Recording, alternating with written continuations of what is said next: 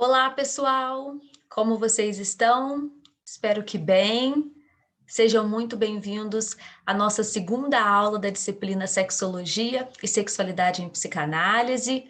Meu nome é Aline de Vasconcelos, sou psicóloga, psicanalista e, claro, professora do Instituto Supera. Como de costume, eu sempre preparo um material, um PowerPoint, para vocês acompanharem a aula. Eu vou compartilhar com vocês. Lembrando que tanto essa videoaula quanto esse slide vão estar disponíveis na plataforma digital de vocês, para vocês terem acesso. Só para a gente relembrar, na nossa última aula a gente começou falando um pouco sobre as formas de projeção da sexualidade, ou seja, as expressões da sexualidade. E é tão importante estudarmos isso, até porque quando nós formos escutar, atender os nossos clientes, os nossos pacientes, nos nossos consultórios ou em qualquer outra instituição, essa manifestação da sexualidade pode vir a aparecer, pode ser inclusive uma questão para os nossos pacientes. Então a gente vai precisar ter esse conhecimento de quais as formas de sexualidade, algumas das formas de sexualidade que são inúmeras existentes na sociedade. Por isso é importante nós estarmos sempre atentos nesse conteúdo. Transsexualidade. A transexualidade, gente, é uma forma de projeção da sexualidade na qual a pessoa não aceita sua identidade sexual de nascença e passa a identificar-se com a do sexo oposto. É o caso de uma pessoa, por exemplo, que nasceu homem, biologicamente homem, anatomicamente homem, mas pensa e age como se fosse mulher, ou vice-versa, pois é assim que ela se sente, é assim que a pessoa se identifica. Ela se olha no espelho e, apesar dela ter um órgão sexual, um órgão reprodutor masculino, e ela ter todo biológico, ela ser anatomicamente do sexo masculino, ela não se identifica culturalmente com esse padrão. Ela se identifica como uma mulher. O transexual leva isso tão a sério que, para rejeitar o papel de gênero masculino, por exemplo, procura toda forma de modificar sua anatomia, a fim de assumir a aparência física feminina, tanto nas roupas, nos trejeitos, vai buscar profissões exercidas majoritariamente por mulheres, em alguns casos, entre outras coisas que essa pessoa vai procurar fazer para poder se sentir bem com o seu sexo, com o seu gênero. Se possível, faz até cirurgia para mudança de sexo, porquanto é possível transformar a genitália masculina na feminina. Essa cirurgia é uma cirurgia de transgenitalização, ela já está disponível no SUS, não é um processo muito fácil, não é algo muito acessível, e nós, psicólogos e psicanalistas, nós temos um papel muito importante enquanto análise, enquanto terapia, inclusive pelo SUS é necessário, no mínimo, se eu não me engano, 2 anos de terapia, é necessário a aprovação desse psicólogo, já que essa cirurgia é uma cirurgia irreversível, ela é chamada de cirurgia de transgenitalização, que é justamente a cirurgia de mudança de sexo. E por ser algo irreversível, então é preciso que a gente escute esse sujeito, é preciso que ele esteja muito certo dessa decisão, é preciso que ele não volte atrás, porque isso pode implicar consequências psíquicas, não só físicas, mas principalmente consequências psíquicas, já que a gente sabe, nós vamos estudar isso quando nós começarmos a falar de sexualidade na psicanálise, principalmente em Freud, que a sexualidade, ela é atravessada pelo psicológico, pelo psíquico, as posições masculina e feminina, que não necessariamente tem a ver com o nosso sexo biológico, então é preciso muita responsabilidade, muita cautela. Nós, psicólogos, psicanalistas, nós temos um papel muito importante, podemos vir a ter um papel muito importante na vida dessas pessoas que têm esse sofrimento de não se identificarem com o sexo biológico, com o sexo anatômico. No Brasil, tornou-se famoso o caso de Roberta Close, quem não conhece, cujo nome de registro é Luiz Roberto Gambini Moreira, que fez cirurgia para mudança de sexo e somente depois de 15 anos de batalha judicial conseguiu alterar seu nome para Roberta Gambini Moreira. Isso é muito importante, né? Inclusive, quando eu fiz o meu mestrado na Universidade Veiga de Almeida e eu acessava o portal do aluno, aparecia para mim no site a possibilidade do meu nome social, ou seja, de eu poder entrar no portal do aluno e não ver o meu nome lá registrado na minha certidão de nascimento, pelos meus pais ou por quem quer que tenha exercido essa função, mas sim pelo nome social no qual eu me reconheço, no qual eu desejo ser chamada. Então, isso é um passo muito importante para os transexuais, essa mudança não só acadêmica, do nome social, mas principalmente na identidade. A identidade somos nós mesmos, é como a gente se reconhece na sociedade, é como a gente quer ser chamado. Então, foi um passo importantíssimo para essas pessoas. Um transexual geralmente manifesta um sofrimento psíquico por acreditar que houve um erro na determinação do seu sexo anatômico ou somático. É por causa desse sofrimento, desse sentimento, quer dizer, que muitos buscam a cirurgia para a mudança de sexo, na tentativa de correção do erro e assim aliviar o sofrimento, como eu acabei de falar.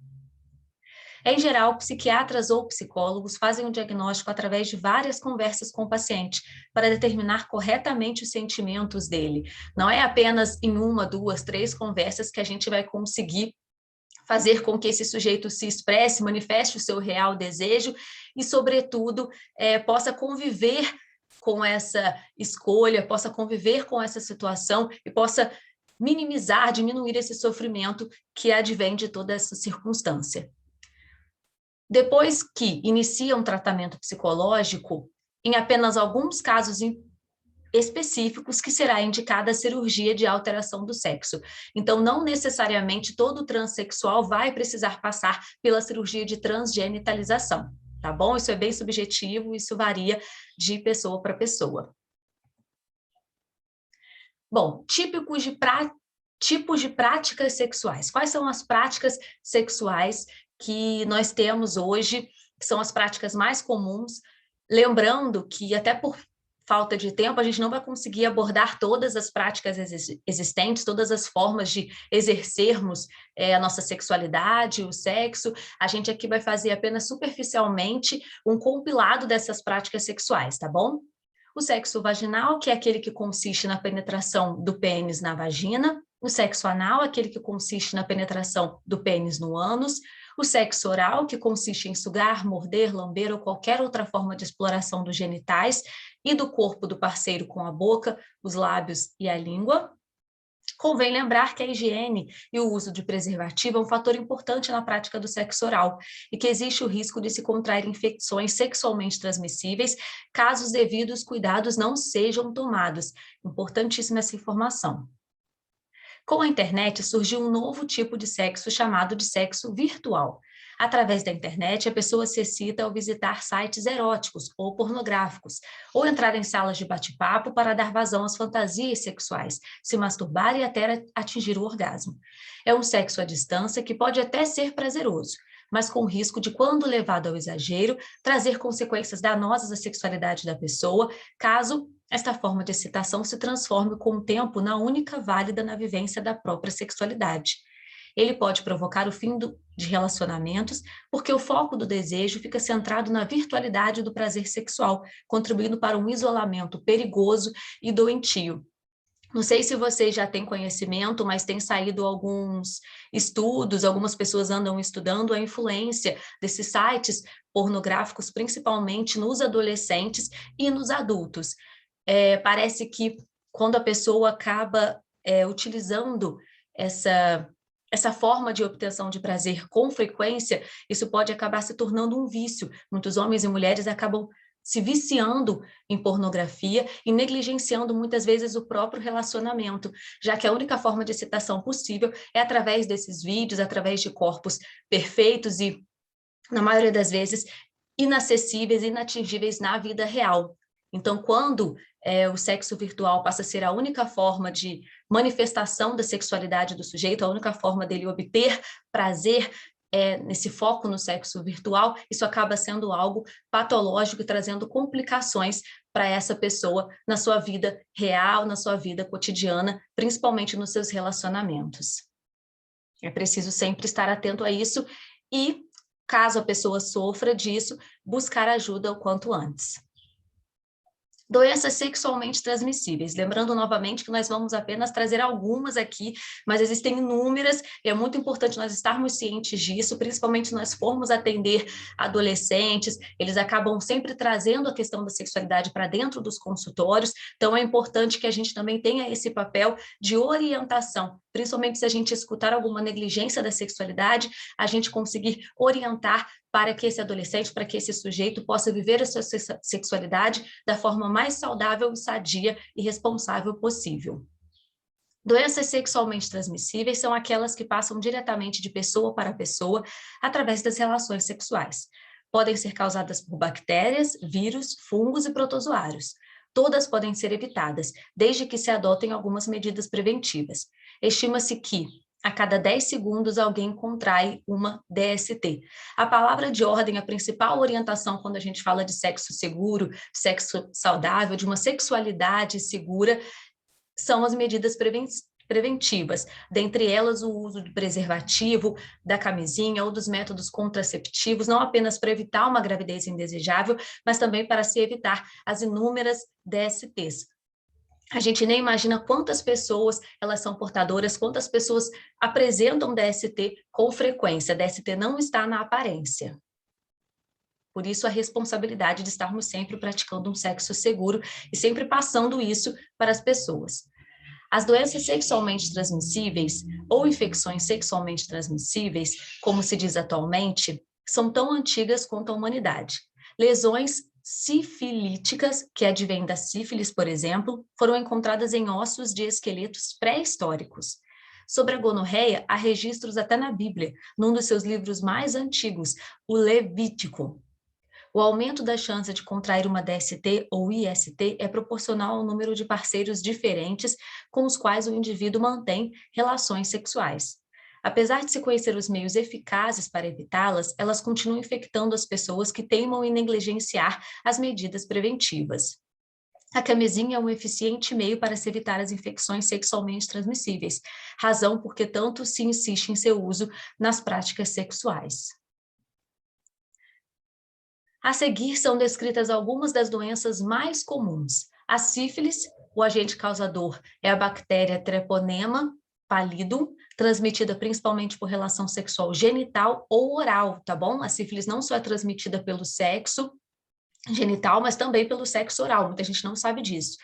Mas pode ser adquirida também por meio de transfusão de sangue, uso de toalhas ou roupas íntimas contaminadas e ainda por via placentária, em que a mulher gestante sifilítica passa a doença para o feto. É a sífilis congênita, mas não confundir com hereditária. Então, a sífilis ela é congênita, adquirida ali, né, via placentária, mas ela também pode ser hereditária, ou seja, passada aí de pai para filho, de mãe para filho.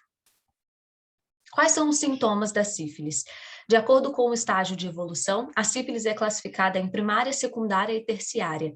A primeira manifestação da sífilis se dá através de uma pequena ferida nos órgãos genitais, que pode surgir 2 ou 3 semanas após a relação sexual na qual a pessoa se contaminou. Um detalhe, esta ferida não dói. Ao mesmo tempo, faz a pessoa sentir-se como se tivesse um ou mais caroços e íngua por baixo da pele, localizadas nas virilhas. Esses caroços também não doem e desaparecem depois de alguns dias, mesmo que a pessoa não use remédio.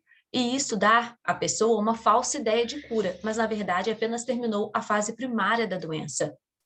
Estão vendo por que é tão importante nós termos esse conhecimento?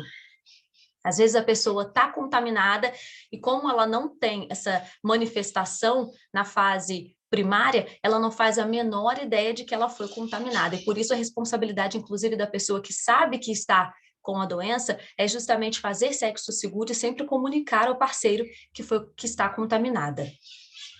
Na fase secundária, a sífilis continua no sangue e meses depois começam a aparecer manchas em várias partes do corpo, as quais desaparecem sozinhas, independentemente de tratamento, embora a pessoa continue infectada. Se a pessoa não procurar o médico para o tratamento adequado da sífilis, a doença estaciona até que meses ou anos mais tarde aparecem as complicações mais graves e a pessoa pode ficar cega, paralítica, com doenças nervosas ou problemas de coração. Então, a sífilis é uma doença silenciosa até ali o primeiro e o segundo estágio, depois ela já vem trazendo muitas complicações, por isso a importância de nós estarmos sempre indo ao médico, no caso de nós mulheres, ao ginecologista. A sífilis pode ser detectada através de um exame de sangue conhecido como teste de VDRL. E o tratamento é feito com antibióticos. O tratamento é um tratamento simples, principalmente se a doença for identificada aí entre esses primeiros estágios. E por que eu separei a sífilis? Porque a sífilis é uma doença muito conhecida, popularmente conhecida, e é uma das doenças mais transmissíveis, principalmente entre os jovens universitários. Então, assim, uma grande parte dos jovens já teve ou pode vir a ser contaminado com a sífilis, é uma doença muito comum. AIDS, a síndrome da imunodeficiência adquirida, também uma doença popularmente conhecida, com alto índice de transmissão. O agente causador é o vírus HIV da imunodeficiência humana. E quais são os sintomas da AIDS? Síndrome significa um conjunto de sinais e sintomas de uma ou mais doenças que estão ocorrendo simultaneamente em um mesmo indivíduo. O vírus aloja-se nos glóbulos brancos, que são os nossos leucócitos, e faz com que a pessoa doente não consiga defender-se de outras infecções. Por isso, fica com seu sistema imunológico sensivelmente abalado e assim deixando as portas abertas para outras infecções causadas por micróbios oportunistas. Os sintomas são os da doença que compõem a síndrome, que também são de pessoa para pessoa. É bom esclarecer, não se pega a AIDS com um beijo na boca, masturbação a dois, usando copos e talheres, abraço e aperto de mão, mas se pega a AIDS através da amamentação, gestação, objetos cortantes usados por pessoas contaminadas e seringas de uso coletivo. A melhor arma de defesa ainda é a camisinha, vamos estar sempre batendo nessa tecla. Apesar das doenças sexualmente transmissíveis se manifestarem na genitália externa, elas podem atingir a próstata, o útero, os testículos e outros órgãos internos. Algumas ISTs causam apenas uma irritação local, coceira e uma leve dor. Outras, porém, podem acarretar complicações mais sérias, como infertilidade, cegueira e etc. Além, claro, de problemas de relacionamento pessoal. É muito desagradável nós não estarmos saudáveis, sadios. As mulheres precisam ficar atentas quanto ao surgimento de qualquer corrimento que não seja o proveniente do muco cervical, que é o normal. Secreções que causam coceira e ardor e têm um cheiro desagradável não são normais e, portanto, precisam de tratamento médico. Por isso a importância aí do preventivo, do famoso exame Papa-Nicolau, anualmente. Pratique sexo seguro, use camisinha, é um recado óbvio. Desordens ou distúrbios sexuais. Quais são os distúrbios sexuais mais comuns na nossa sociedade que a literatura da sexologia se preocupa em estudar e nos manter sempre informados? Vamos começar pelas masculinas. Quais são as disfunções sexuais masculinas? As principais, algumas delas. A disfunção erétil, que é o nome moderno dado para a impotência sexual, que consiste numa falha na ereção. Isto pode ocorrer devido a vários fatores, entre os quais os de ordem física e psicológica. Quais são as causas físicas da impotência sexual? Baixo nível do hormônio masculino, que é a testosterona, diabetes, estresse, drogas, doenças neurológicas, certos tipos de remédio, como alguns prescritos para hipertensão, depressão e etc. Às vezes a pessoa acaba achando que é uma causa psicológica e não, é uma causa física. Por isso é importante o homem que sofre de impotência sexual com frequência, ele buscar um médico e fazer essa investigação. E as causas psicológicas da impotência sexual? Ansiedade, depressão, discórdias conjugais, um tabu religioso e etc. Então, assim, todas essas questões sociais mesmo, morais, da nossa sociedade, podem acabar interferindo na sexualidade, principalmente dos adolescentes. É preciso sempre nós termos cuidado no sentido de orientarmos os nossos adolescentes que estão iniciando a vida sexual para que pratiquem um sexo principalmente seguro no seu tempo, quando eles se sentirem à vontade para tal. É natural a capacidade erétil diminuir com a idade, tendo maior prevalência em idosos, mas isso não significa que todos os idosos sejam impotentes ou que não possam curar seus problemas de impotência. A disfunção erétil tem cura.